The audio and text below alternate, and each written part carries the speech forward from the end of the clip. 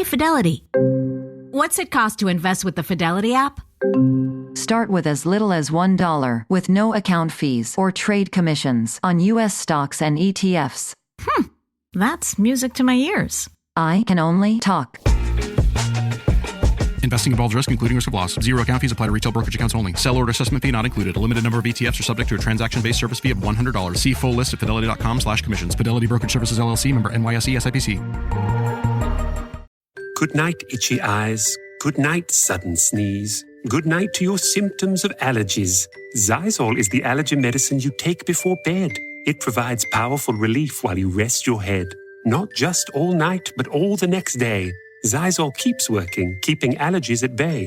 And without those annoying symptoms disturbing your rest, you can wake up the next morning feeling your absolute best. Remember, be wise all. Take Xyzal. At night.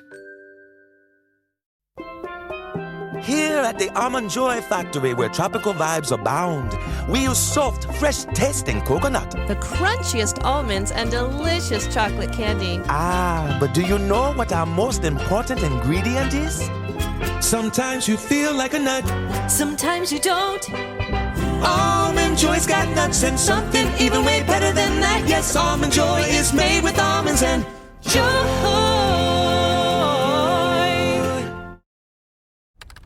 Business taxes. We're stressing about all the time and all the money you spent on your taxes. This is my bill? Now Business Taxes is a TurboTax small business expert who does your taxes for you and offers year-round advice at no additional cost, so you can keep more money in your business. Now this is taxes. Intuit TurboTax. Get an expert now on turbotax.com/business. Only available with TurboTax Live full service. Thanks for listening to the Red Treehouse, where I tell scary stories to keep you up at night. You can listen to the Red Treehouse on your favorite streaming platforms. Be sure to follow, like, and subscribe. Oh, and leave a 5-star review. And now, you can find the Red Treehouse on Patreon. Join the Red Treehouse community and receive exclusive member benefits. Simply go to patreon.com/Red Treehouse. Important note: sources for this episode can be found in the show notes. The Red Treehouse is dedicated to my dad. I love you, Pop. In this episode of the Red Treehouse, I'm going to read you an original short horror story by L.G. Wells. If that name sounds familiar, he's the author of the short story Claws, which I narrated on Red Treehouse episode 152. If you haven't listened to that episode yet, it'd be well worth your time to do so. So sit back, turn down the lights, pull up the covers, and pay close attention as I read the Tignon by L.G. Wells. I'm your host, Will. Welcome to the Red Treehouse.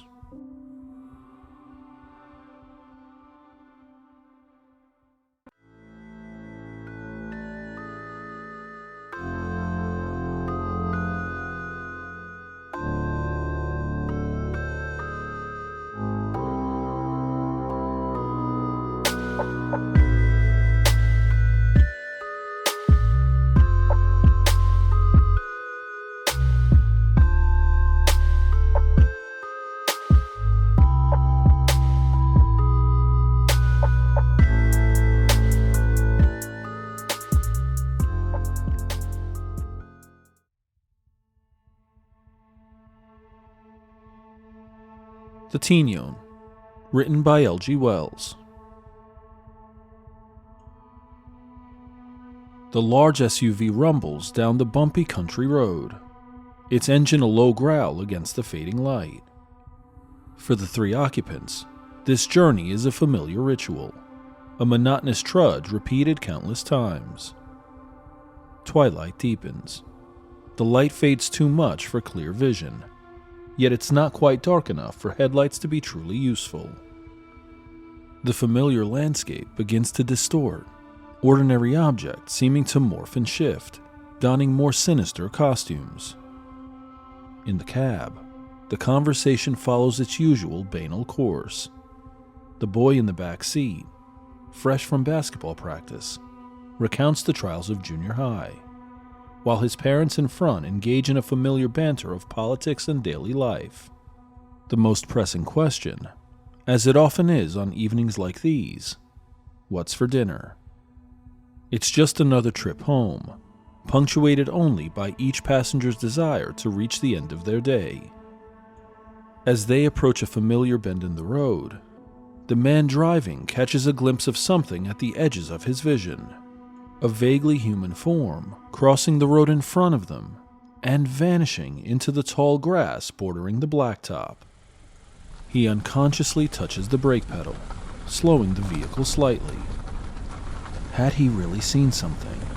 Or had it been merely an illusion, a trick of the fading light? Why would anyone be walking along this desolate road at this hour? It's a reckless act tantamount to suicide in this part of the country. Yet, an inexplicable urge, a primal instinct, compels him to stop, to investigate, to understand the anomaly that has disrupted the familiar rhythm of his journey.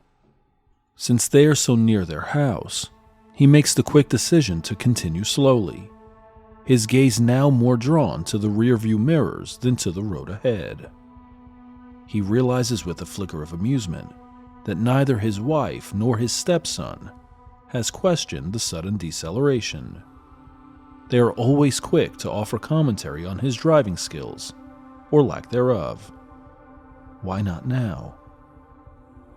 He glances into the back seat and notices the boy has turned almost all the way around in his seat, neck craned, searching intently through the rear window. He sees his wife's eyes fixed on her side view mirror, mirroring the boy's focused gaze. From the back seat, the boy asks, "Did you guys see that?" "See what?" his mother replies, desperately trying to banish the ghostly image from her mind. "I don't know. A lady, I think. I saw her too," his stepdad confirms. "An old woman in some kind of pioneer-looking getup." "Oh my God, Dan. You guys are nuts, and just trying to give me the willies. Stop, okay?" she says, her voice betraying a hint of genuine unease. "You know you saw it too," Dan says as he pulls into their driveway, hopping out to grab their mail. Turning back to her, he says in an undisguised accusatory tone, "I saw you staring holes through the mirror." She rolls her eyes, and despite her best efforts to look anywhere but there, her gaze inevitably falls again on the side view mirror. Once Dan is safely out of earshot, the boy leans forward over the front seat and whispers conspiratorially, "So you saw her too, right?" After a contemplative silence, she concedes, "I saw something. Probably just a shadow from a tree branch or something. It's really hard to see this time of day. And with the headlights. Come on, Mom. Quit being such a scaredy cat. It doesn't have to be a ghost. It could be someone that escaped from that foster home down the road. There's old folks wandering around there like zombies all the time." "Tommy, that's rude. You're going to be old someday too," she admonishes. "And I don't recall ever seeing any of them dressed like that," she adds, instantly regretting the unintentional admission. "Shit. I knew you saw her," Tommy exclaims as Dan slips back into the driver's seat. "Saw who?" he asks, his tone more triumphant than intended. "We think she might be from that foster home, the one with all the old folks. She might have wandered off, and now that it's dark, she's lost," Tommy explains, cleverly implicating his mother in his theory with the use of we.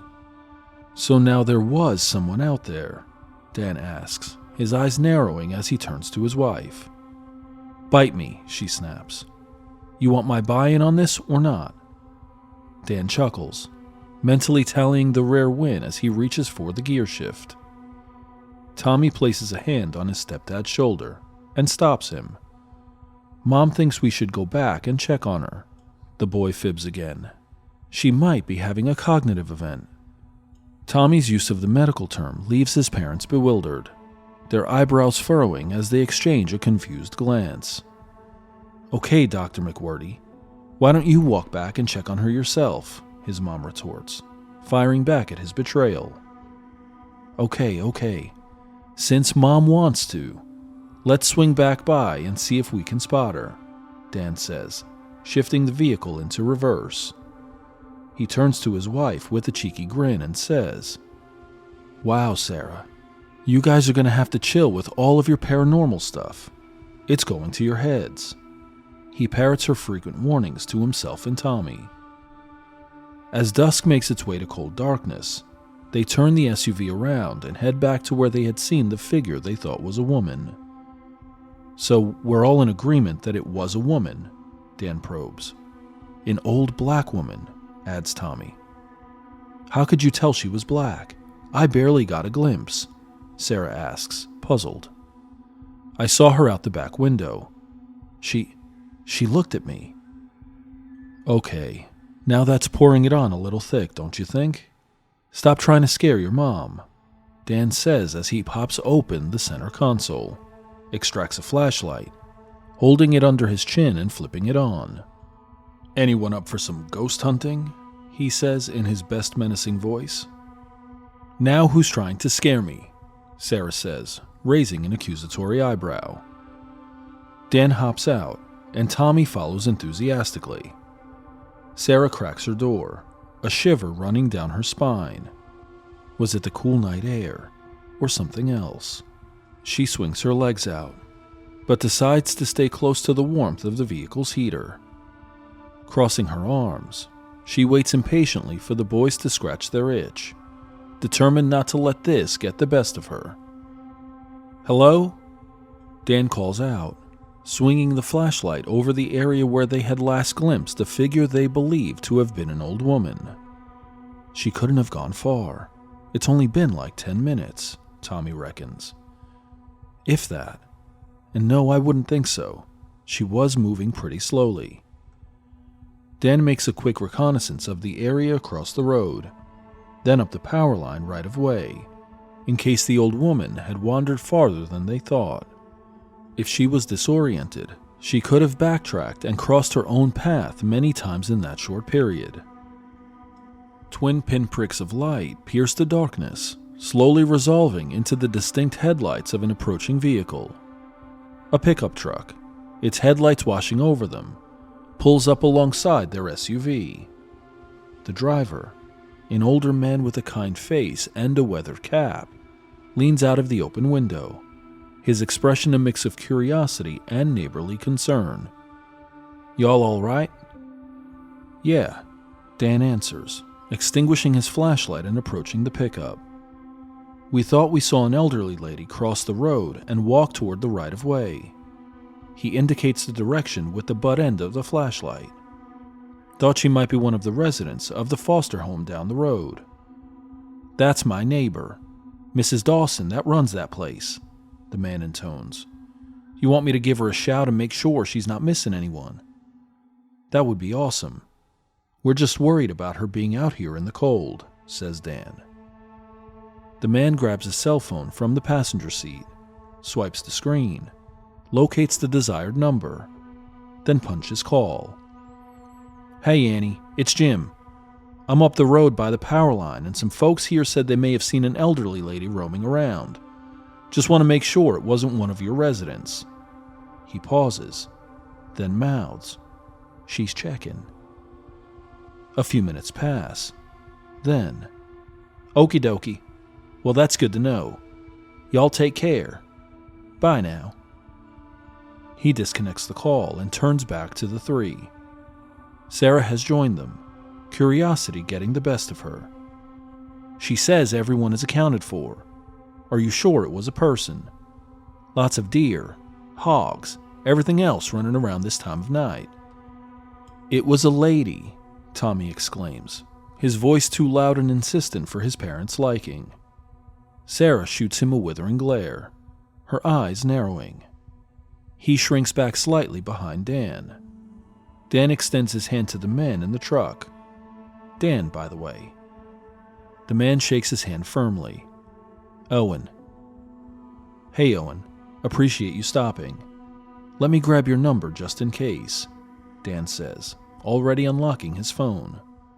You bet, Owen replies, thumbing through his contacts. What's your number? They quickly exchange numbers. Thanks for checking, and have a good rest of your evening, Dan says. Evening. Owen nods, then pulls away. Can we be done now? I'm starving, Sarah pleads. Mom, Tommy whines. Dan places a comforting hand on Tommy's shoulder. Come on, bud. We can talk more over dinner. This ghost hunting is hungry work, he chuckles, gently nudging the boy towards the vehicle. Over the past several days, 3 females have been found dead. Looks like someone's going after these girls. Then they have to know to watch their backs. Streaming March 13th. You really want what happened to this one that happened to you? Exactly why I need to keep going on this. Starring Emmy Award winner Amanda Seyfried. I'm worried about what you're gonna find. So am I. Long Bright River. A limited series. Streaming March 13th. Only on Peacock. This episode is brought to you by LifeLock. It's tax season, and we're all a bit tired of numbers. But here's one you need to hear. $16.5 billion. That's how much the IRS flagged for possible identity fraud last year. Now here's a good number. 100 million. That's how many data points LifeLock monitors every second. If your identity is stolen, they'll fix it. Guaranteed. Save up to 40% your first year at LifeLock.com/podcast. Terms apply. So good, so good, so good. New markdowns up to 70% off are at Nordstrom Rack stores now. Fresh kicks, spring tops, new dresses. There's always a score. I mean, the denim section is unreal. Why do I rack? All the dresses. I always find something amazing. Head to your Nordstrom Rack store to find can't-miss deals on all the spring things. Great brands, great prices. That's why you rack. At the dinner table, the lingering unease of their encounter casts a long shadow over the meal. The conversation inevitably returns to the ghostly apparition, each recounting their own version of events with disbelief and lingering fear. Despite Sarah's attempts to steer the conversation elsewhere, it kept returning to the figure they had seen on the road. Emboldened by his father's playful encouragement, Tommy continues to insist that it was a ghost. Here's the thing that bothers me, Sarah starts. Her clothes. They ain't from Walmart. Even though she realizes she's playing their game, she decides to join the conversation or risk being left out of the loop entirely. Yeah, definitely not current fashion, even for old folks, Dan adds with a playful grin. She was wearing some kind of thing on her head, like a bonnet? Dan finishes Tommy's sentence. More of a headscarf, I would call it. Definitely more of a wrap, Sarah agrees. So if we all agree on what she looked like, that means she had to be there, right? Tommy exclaims, more impassioned by the minute. Swiping his phone awake, he passes the phone across the table, obviously having prepared his argument. Dan takes it. Displayed on the screen are several grainy photos of ghostly figures, purportedly depicting enslaved women. So you think she might be the ghost of a slave? Dan queries, amused and a bit apprehensive. He hands the phone to Sarah, who once again raises an eyebrow in skepticism and a growing sense of unease. First, were there even slaves in Texas? Sarah asks. Second, just because we all agree on what she looks like, that doesn't mean she exists. I think some of us are so eager for this to be true that we're projecting our thoughts onto others and making what we remember match what the others said they saw. Welcome back, Debbie Downer, Dan says, playfully ribbing. Whatever. I'm down for the fun and ghost stories, but you guys are kind of obsessing over this, Sarah says, standing. I'm gonna grab a shower and leave you to your ghost stories and internet conspiracies. Have fun, but please don't summon any demons in the process. She kisses them both on the cheek and heads down the hallway, a chill running down her spine, a lingering thought of the figure they had all seen, one which she fought to keep out of her mind. "Do you think we are crazy?" Dan asks. "I know you are crazy," Sarah retorts, removing the towel from her head and tossing it at him, then joining him in bed. "But it's not you that I'm worried about. Tommy is still young, and there may be time to save him." She chuckles, snuggling close to him and resting her head on his shoulder. "Ghosts aren't real," she whispers, kissing his earlobe. But the lingering unease in her voice belies her words. In his own bed, Tommy is on his phone, his fingers flying across the screen as he devours websites and forums, searching for evidence to support his theory that this spectral figure is indeed a ghost. And not just any ghost, but one with an interesting backstory. It could be his discovery, something he could claim as his own. He initiates a chat request with a fellow ghost enthusiast he just met in a Ghosts of the Old South forum, another Shade Tree investigator just like himself. Based on her profile, she possesses the knowledge and experience to help him track down his ghost. An added bonus was that she was hot, in that pale gothic sort of way. Teenage hormones be damned, he forces himself to stay focused, knowing that any distraction now could jeopardize his investigation. He is waiting for a reply when the hairs on the back of his neck begin to prickle, a sudden unavoidable sense of not being alone. He turns off his phone screen, plunging the room into darkness, save for the dim light from the front porch filtering through the bedroom window. The window shade, normally closed as part of his nightly ritual, is still open. He sighs, pulls back the covers, and steps out of bed to close the shade, unconsciously glancing out the window. "Shit!" he exclaims, the cursor reflex against the unexpected, yet somehow not entirely surprising, sight before him. He stumbles backward, tripping over the sneakers he'd left scattered on the floor. The sudden commotion from the next room jolts Sarah awake. Maternal instincts surging through her, she throws back the covers, shaking Dan. Heart pounding, she bursts into Tommy's room, finding him sprawled on his back and staring fixedly up at his bedroom window, his face pale with terror. The shade was still swaying slightly. She frantically scans the yard, her eyes darting between the pools of light cast by the front porch light and the security light near the driveway, then back toward the shadows beyond. Not seeing anything out of the ordinary, she turns, kneels, and embraces her son. Dan enters the room, rubbing the sleep from his eyes. "What's going on? You okay, bud?" he asks, tussling Tommy's hair. Sarah gently releases Tommy from her embrace and shrugs, her gaze unwavering. A silent question hangs in the air. The lady," Tommy stammers, his voice trembling. "She was outside." He shakes his head violently, as if to clear the memory from it. "Just staring at me. Like right at me." Tommy's terrified words spurred Dan into action. Not wasting any time with the window, he heads for the front door. "What the hell is going on?" Sarah whispers, her voice barely above a breath. A shiver racks her body, cold and unexpected. A hidden weight, a secret burden she carries within, presses down on her. Why this?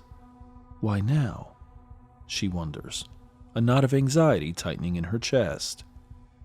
She turns back to her son and their embrace, stroking his head lightly. I need to monitor the time he spends on those paranormal sites, she vows silently. Dan throws open the front door, primed to confront the intruder who dares disrupt their peace. Save for their black lab Daisy, who yelps in surprise at the sudden opening of the door, the yard is empty. He grabs the flashlight from the entry table as Daisy trots into the house, taking the open door as an invitation. Dan steps out into the autumn night. With a glance over his shoulder, he sees Daisy already headed up the hallway towards Tommy's room. He smiles a tiny, inward smile. There is something to be said for a dog's intuition. Outside, it is deathly quiet. The stillness of the yard almost seems unnatural, broken only by the faint rustle of fallen leaves underfoot and the frantic drumming of his own pulse in his ears. He makes a quick loop around the perimeter of the house and finds nothing out of place. Returning to the front of the house, he decides to take a walk down their long driveway. Might as well take a look around while I'm up, he mutters to himself. Preceded by the flashlight's reassuring beam, Dan walks slowly down the driveway, carefully avoiding the puddles left over from yesterday's rain. Again, he notices just how still and quiet it is this time of night. He glances at his smartwatch, and the clock face reads 1 a.m. Ugh, I'm going to be a zombie at work tomorrow. Suddenly, a rush of air and sends a jolt through him. Something passes close overhead, nearly ruffling his hair. Dan drops the flashlight, instinctively covering his head. He lets out a small, self-deprecating laugh as he sees the owl, its eyes gleaming in the darkness, snatching up a small field mouse. Guess I'm not on the menu tonight, he quips.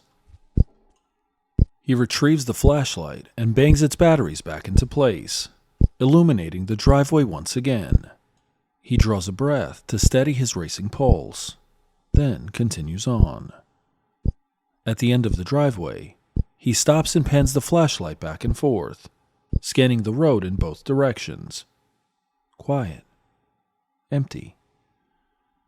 Satisfied that there is no immediate danger, and definitely no spectral old slave woman wandering the night in search of God knows what, he turns and heads back towards the house. I have to stop letting Tommy draw me into all this paranormal BS, Dan thinks to himself. Okay, it's not just Tommy. He concedes with a mischievous glint in his eye. He was just as much to blame, for his and his stepson's shared affinity for the macabre.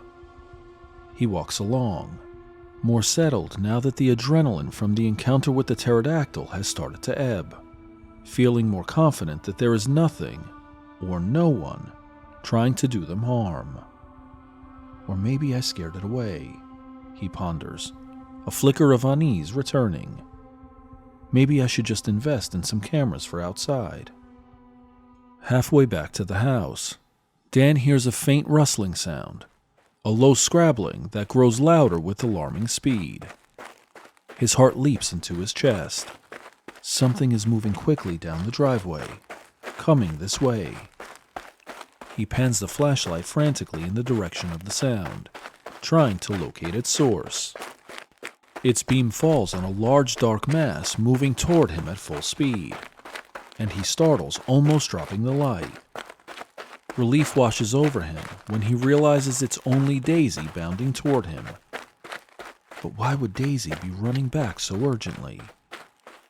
Daisy slides to a halt just before crashing into him, her whole body trembling with fear. He reaches down to comfort the obviously shaken animal. She flinches at his touch, then leans into his hand, seeking reassurance.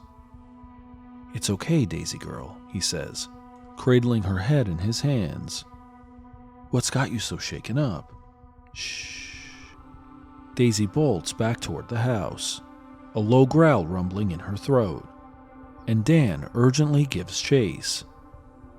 When he clears the last bend and can see the front of the house, he can see a slight, hunched figure silhouetted against the warm glow of the porch light halfway up the front porch steps.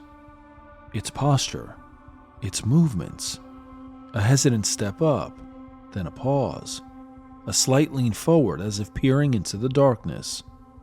All spoke of a stranger, someone who did not belong. "Sarah!" he shouts as he quickens his pace. He stumbles as his foot catches on something unseen in the darkness. He crashes to the ground, landing hard on the gravel. "Fuck!" he roars, scrambling to his feet. Gravel stings his palms as he pushes himself back up.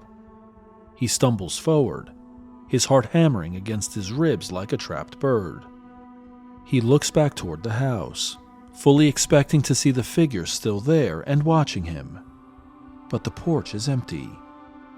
Sarah and Tommy step through the front doorway as he arrives, looking confused by his urgent shouts. Daisy, having beaten him there, is at the boy's side. "What the?" Sarah begins, but the sight of Dan's face stops her. Pale and drawn, his eyes wide with a terror that borders on madness.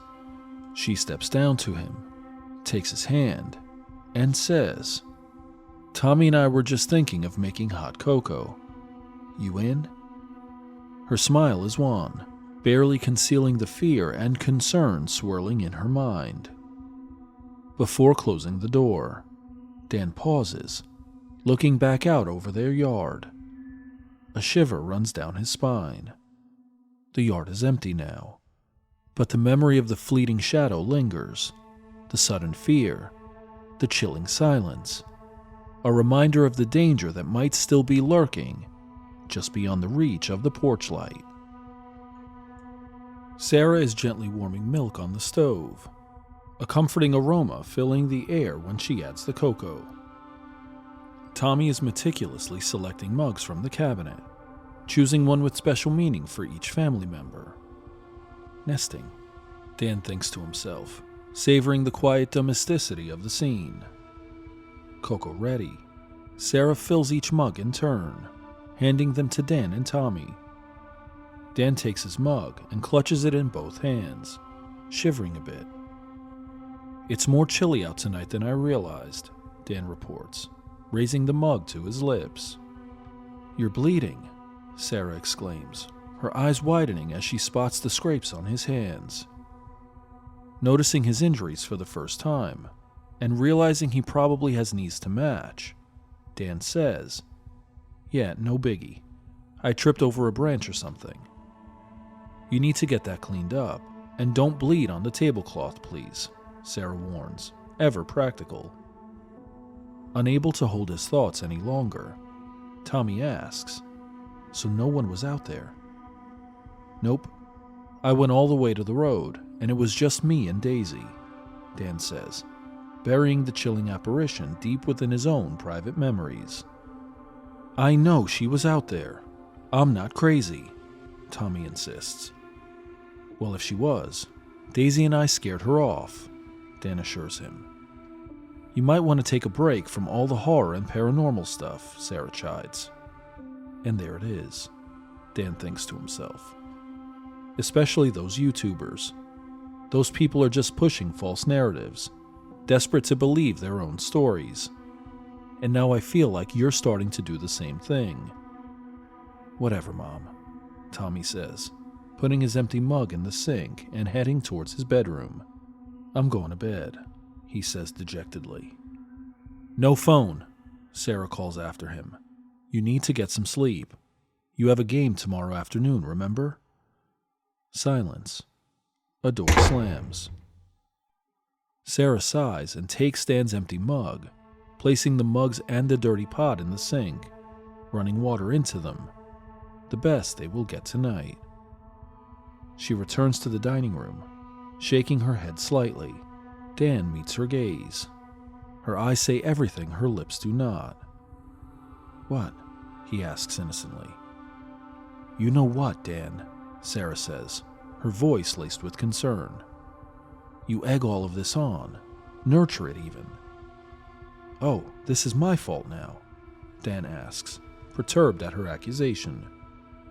"Excuse the fuck out of me for attempting to bond with my stepson." "He needs a father figure, not a best friend," Sarah replies. "And I can't be both?"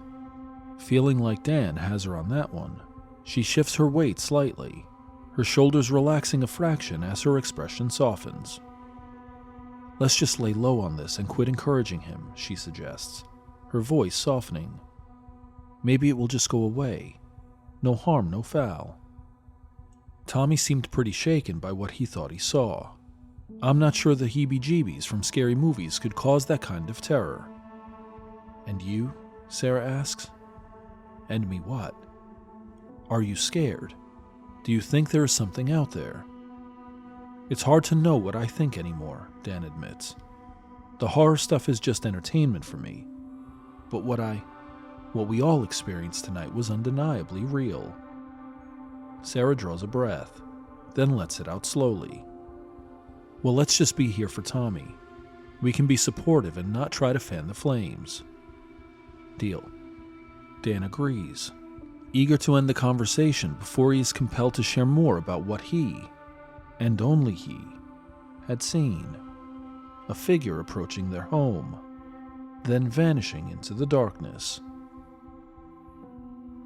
At breakfast the following day, the conversation remains fixated on the previous night's events. Did you guys know that slave women in Louisiana wore head coverings called Tignons? A weary-eyed but somehow still energetic Tommy relays, stumbling over the pronunciation of the French word. Look, he says, thrusting his phone towards Dan. Okay? Dan replies, puzzled but impressed by the boy's determination and his research skills. Did you get any sleep at all? Sarah asks from the kitchen, shaking her head. Ignoring her, Tommy continues. Maybe Eliza is from Louisiana. It's not that far. Wait, Eliza? She has a name now, Sarah asks. Well, I figured if I was going to have a ghost story, my ghost had to have a name, Tommy explains.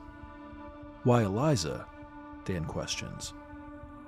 Google said that Mary was the most popular then, but I liked Eliza, which was like number 4. It sounded more ghostly than plain old Mary. So what else did your research tell you about Eliza? Dan encourages. At least Tommy was in good spirits, nowhere near as terrified as he was last night. The historical research could make an excellent diversion from the scary stuff, and it was educational. There were slaves in Texas, Mom. He retrieves his phone from Dan, swipes a few times, then recites.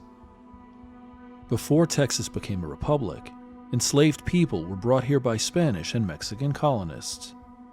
During the years of the republic, slavery was a cornerstone of the Texas economy. Even after Texas became a state, the slave population continued to grow. But how did she get here from Louisiana? Was she lost before she became a ghost? Sarah playfully argues. She probably came from New Orleans. Many enslaved people arrived there and were sold to plantations in other parts of the country. Texas had a large cotton industry and had a high demand for enslaved laborers. Tommy reads his research. And modern research has shown that ghosts are not necessarily confined to a single location, Dan interjects. They can actually travel across distances, much like other forms of energy. So why is she still here? Don't ghosts have to have unfinished business or something like that? Sarah asks. Yeah, if you follow the traditional wisdom, ghosts are usually unsettled spirits that are in flux between our physical world and the next. They're unable to move on due to some feeling they harbor. Or yes, some unfinished business, Dan explains. But that still doesn't explain why Eliza is here, and why she's pestering us, Sarah observes. She doesn't seem entirely convinced they're dealing with an actual ghost, but she's showing signs of enjoying the investigation and the camaraderie it's fostered with her family. I guess we may never know the answer to that, Dan concludes. Unless, of course, he winks at Tommy, she tells us. Missing the wink, but recognizing the tone in his voice, Sarah puts her foot down. There will be absolutely no seances in this house. No Ouija boards, nothing. You two hear me? Of course, Sarah, Dan says as he punches Tommy's leg under the table. the gesture loosely translating to, there absolutely will be seances, Ouija boards, and quite possibly ghost detection equipment in this house. Tonight. Please, let's keep our ghost story on the down low for now, okay? Sarah pleads as Tommy hops out of her car at school. I ask Dan to do the same. Of course, Mom, he assures, hiding his smirk. Have a good day, and a good game this afternoon. Don't forget that I have Gary's retirement party tonight, so I'll be home late. Dan is taking off early and he'll be there. Please keep him in line. No punching referees or anything, she smiles. Tommy chuckles and gives her a thumbs up. She watches him walk off, greeting a friend with a casual fist bump. A sigh escapes her lips, a subtle exhale that belies the weight of everything on her mind. She takes a deep breath and notices the seatbelt feeling suddenly tight around her. She reaches down to loosen it as the impatient driver behind her honks a quick blast. All right, she mutters, rolling on. Despite the mighty Bears crushing defeat to their cross-country rivals, Tommy was buzzing with excitement. On the way home from the game, he eagerly shared his latest research results with Dan. As they neared the spot where they had seen Eliza the previous evening, Dan notices Tommy sitting up straighter, an expectant gleam in his eyes.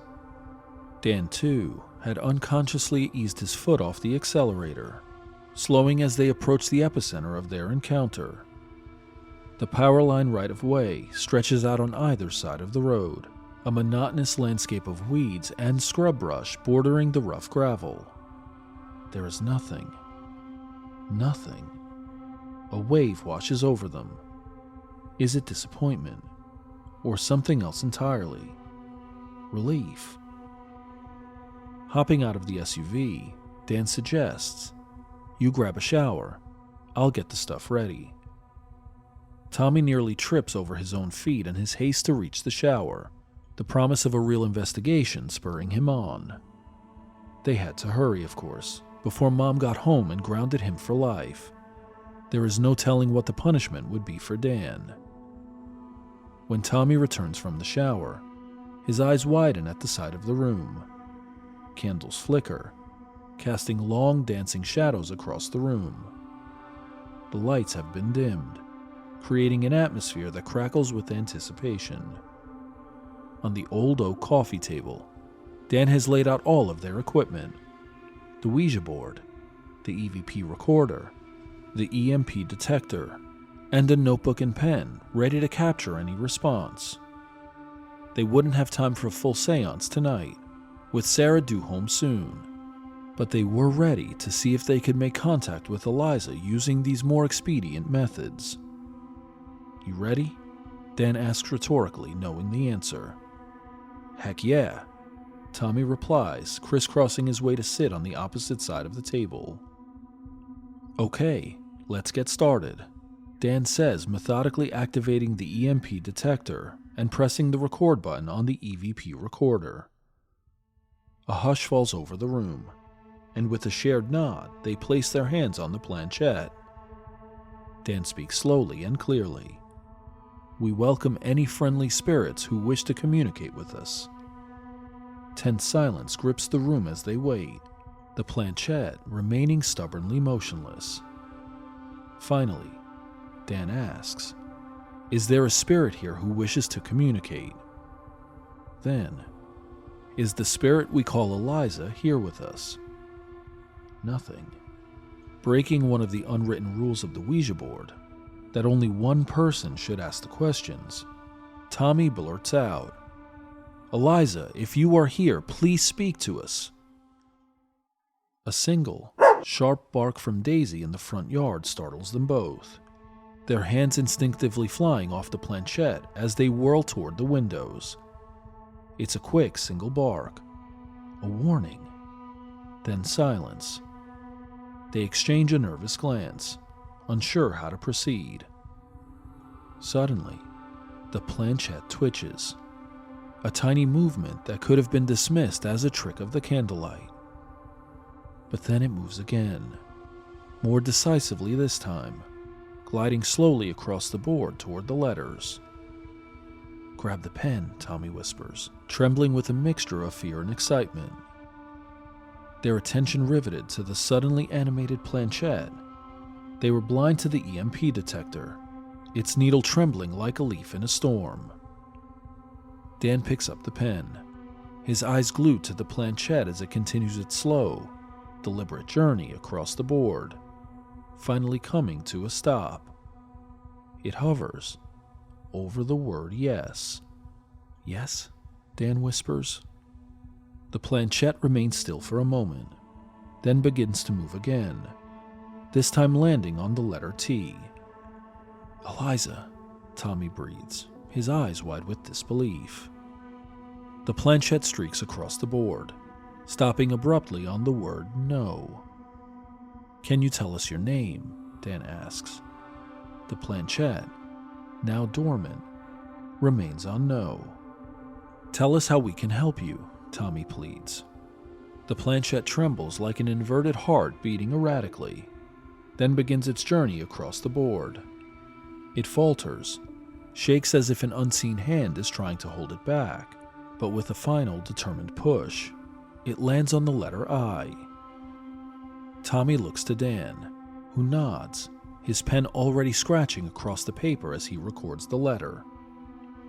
The planchette inches across the board, pulled one way and then another, as if caught in a tug of war between unseen hands. At last, it comes to rest on B. This unsettling dance continued, the planchette halting at several more letters in a seemingly random assortment that refused to form words or offer any hint of meaning. Suddenly, lights flashed across the wall. Sarah's headlights. Panic seized them. They scrambled to clear the table, but not before the planchette made one final, chilling move to the letter N. Dan quickly jotted down the N, then stowed everything away, flipping on the TV and a few lights, attempting to create an air of normalcy. The cryptic message: T, I, B, E, B, E, M, W, E, N, A, N, would have to remain a mystery for now. Sarah's presence was a firm boundary that they dared not cross. Or did they? With a fluid motion, Tommy snatches the notebook from the drawer and snaps a photo with his phone, sealing his fate to another sleepless night. Dan shakes his head and chuckles inwardly at the boy's drive. The student has become the master. Expecting Sarah to walk through the door any second, they're startled when they hear a knock on the front door, abrupt and official. Dan glances at Tommy, a flicker of confusion passing between them. Dan opens the door cautiously. A police officer stands on the porch, his expression grim and his face pale. Tommy's blood runs cold.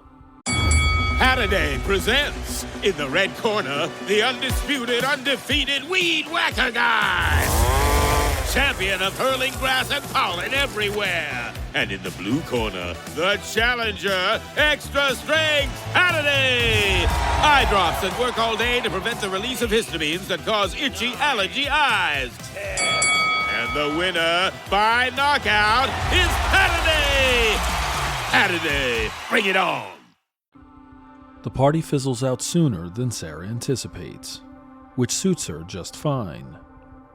These weeknight gatherings are always a crapshoot, and tonight she was particularly wary of the inquiries about why she wasn't drinking. The elaborate and entirely fictional story about a prescription was beginning to feel like a second job.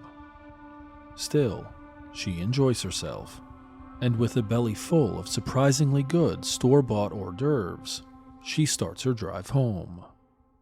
The low murmur of her favorite podcast does little to distract Sarah from her thoughts. A new turmoil now burdens her, compounding the worry of the secret she already carries. Her mind reels, her thoughts swirling like the fog that suddenly descended. I don't recall hearing this on the forecast, she muses, the unexpected weather mirroring her uncertainty. She exits the interstate and turns onto the 2-lane that winds toward their small town. From there, the final leg of her journey will be the gravel road, the one where they had seen Eliza. The fog persists, and the darkness of the secondary highway only worsens the already poor visibility. Suddenly, a shape looms out of the fog. She slams on the brakes, tires screeching as she desperately tries to steer clear of the woman. Eliza. The final question flashes through her mind as the car leaves the road, the world tilting. Oh my God. The thought hangs in the air as the car collides with a massive tree, the front cabin crumpling like a soda can. The SUV hurtles down the road, fog be damned. Dan, is Mom going to be okay? Tommy asks, his voice tight. Dan feels a jolt, a warmth spreading through his chest at the unexpected word. He looks over at Tommy, his expression a mixture of surprise and a surge of protectiveness. I don't know, bud, he replies, registering the dad but pushing it aside. The officer couldn't give me any details, just that she'd been in an accident and was injured. We'll find out more at the hospital. Do you think she was drinking? I bet they drink at those parties. Tommy sobs, desperately searching for someone or something to blame. I don't think so, Tommy. Your mom is smarter than that. We'll find out more when we get there. I need to concentrate on driving in this fucking soup so we don't have an accident of our own. Dan winces inwardly, instantly regretting his harsh tone. He knows Tommy is scared and that he's just trying to make sense of it all. I hope she wasn't drunk, Tommy mutters, the thought both a fear and an accusation. Dan takes a hand off the wheel and gives Tommy's shoulder a quick squeeze. We've got this, he says, hoping he sounds more confident than he feels. Your mom's going to be okay. Sarah lies motionless in the narrow hospital bed, her pale face framed by the crisp white pillow. A constellation of machines surrounds her. The heart monitor displays a steady rhythm, a lifeline in the otherwise quiet room. The ventilator breathes for her, its rhythmic hiss filling the space. IV tubes connect her to a bag of fluids, clear plastic reflecting the harsh fluorescent light. She is a still point in a world of whirring, beeping and hissing. The curtained-off bay is small and impersonal, offering little comfort. A single visitor's chair sits beside the bed, empty. Unconscious, Sarah is spared the agonizing realization. Amidst the searing pain, there's a hollowness, a void in her abdomen. The secret she'd borne, the future she'd envisioned, is no more. The world dissolves into smoke and fire. Sarah is adrift in a nightmare. A young black woman sprints through a field of chaos, her face streaked with soot. The air is thick with smoke, and the screams of the dying mingle with the reports of gunfire and the crackle of burning homes. "Ti bebe muenan," she wails, her voice cracking. She throws open the door of a blazing house, the heat searing her skin. Inside, a crib stands silhouetted against the flames. Before she can reach it, a flaming beam crashes down, obscuring the crib. The woman recoils, her screams piercing the night. She whirls around, fire raging in her eyes, and then she sees them, Sarah and the small bundle cradled in her arms. "Ti bebe muenan," she growls, lunging forward and taking the child. Sarah is rooted to the spot, unable to move. "My baby!" she screams, her voice raw with panic. The woman wraps the newborn in her head wrap, and she whispers, "Ti bebe, wenan." Dan and Tommy push through the double doors of the ER, the cacophony of beeping machines and hushed voices washing over them. They rush to the reception desk, where a young woman sits calmly amidst the chaos. "May I help you?" she asks, her gaze meeting Dan's. "Holloway," Dan says, struggling to catch his breath. "Dan Holloway. My wife, Sarah Holloway." "Yes, sir," she interrupts, rising to her feet. "Please come with me." She looks at Tommy sympathetically. "I'm so sorry, but only one visitor can go back at a time." Dan hugs Tommy, worry knotting in his stomach. "I won't be long, bud. Just need to see what's happening with Mom." Tommy nods, his eyes filled with unspoken questions. "The waiting room is just over there," the receptionist says gently. "There's TV, magazines, and Miss Mary can get you something to eat or drink." Her coworker, a kind-faced woman with a warm smile, comes forward and gently guides Tommy toward the waiting area. "Tell me," Dan pleads, his voice barely a whisper. "How is she?" "She's mostly stable, Mr. Holloway," the nurse says, professional but kind. "Dr. Lee will be here shortly to discuss her injuries." The curtain is pulled back, and Dan's world tilts. Sarah is unrecognizable. Her hair is tangled and blood-soaked, her face swollen and bruised. Every exposed inch of skin is marked by trauma. He stumbles back, his heart hammering against his ribs. "Please, sit down," the nurse says, concerned. She helps him into the chair. "Dr. Lee will be here shortly." The curtain swings closed behind her, and Dan is left reeling. Sarah's injury is a brutal assault on his senses. A moment later, the curtain parts, and a woman in scrubs enters. "Dr. Jennifer Lee," she says. "I'm the attending physician. Your wife is in my care." Dan nods slowly, his gaze fixed on Sarah. "How is she?" he asks, strained. "Mr. Holloway, your wife has sustained multiple injuries, and she's currently unconscious. She has a concussion, broken ribs, and severe injuries to her abdomen. We're doing everything we can to stabilize her and assess her overall condition." Dr. Lee pauses, prepared for the question that she knows is coming. When it doesn't, she takes a breath, her eyes meeting Dan's. "I'm so very sorry to tell you this, but during our examination, we also discovered that she has lost a pregnancy. We know this is The news hits Dan like a physical blow. He feels a sudden wave of dizziness, and he collapses into the chair, his mind reeling. No. The denial gives way to a wave of pure, agonizing grief. He sobs, his body shaking with the force of his sorrow. Dr. Lee crouches next to Dan, gently squeezing his arm. "I can only imagine how difficult this must be," she says softly. "We're here for you and Sarah, and we'll support you through this. Our focus right now is on stabilizing her injuries, which are quite serious." "She was pregnant." He looks up at Dr. Lee, his eyes glistening with tears. I didn't know," he whispers, grief mixing with abject disbelief. 1 year later. The scars on Sarah's body have faded, but the ones within remain. She is far from fully recovered, and her mind carries wounds that might never heal. They slowly piece together the story of the enslaved woman's ghost, and Sarah's recurring nightmares paint a vivid picture of Eliza's tormented soul.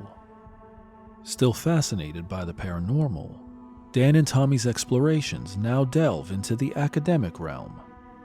They have become deeply knowledgeable about the struggles of enslaved people in the antebellum South, poring over historical documents, first-hand accounts, and scholarly analyses of the world. They visited historical websites, consulted with historians, and even learned to decipher the fragmentary records left behind by the enslaved communities themselves.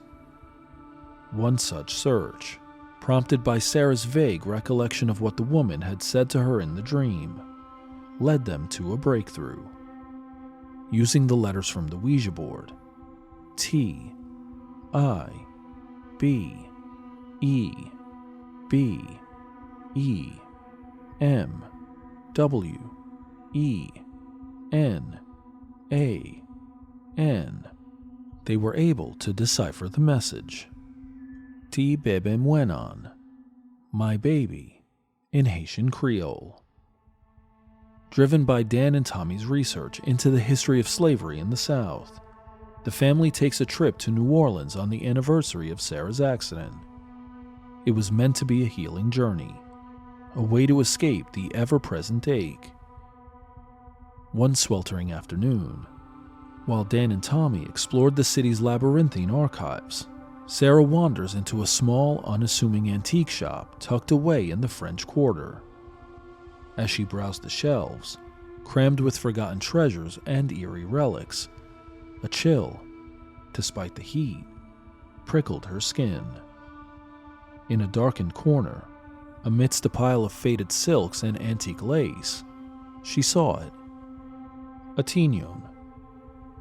It was exquisite, a vibrant blend of colors, the fabric soft and worn with age.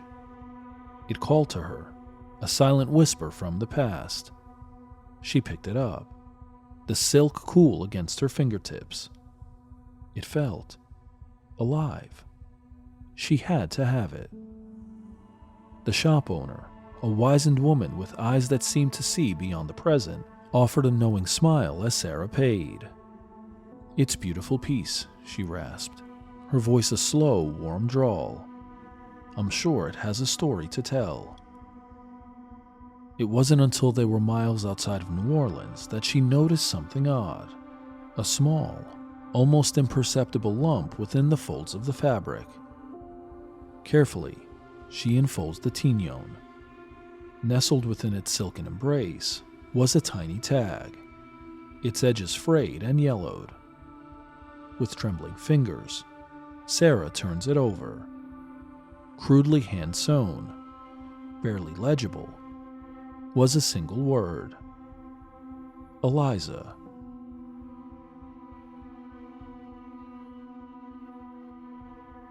What did you think of this short horror story? Comment or email me at redtreehousepod@gmail.com. Another shout out to LG Wells for this terrific story. You can find the link to his Substack in the show notes. As we turn down the lights on this episode, join me next time as I read a collection of Poe. I'm your host, Will. Thanks for joining me in the Red Treehouse.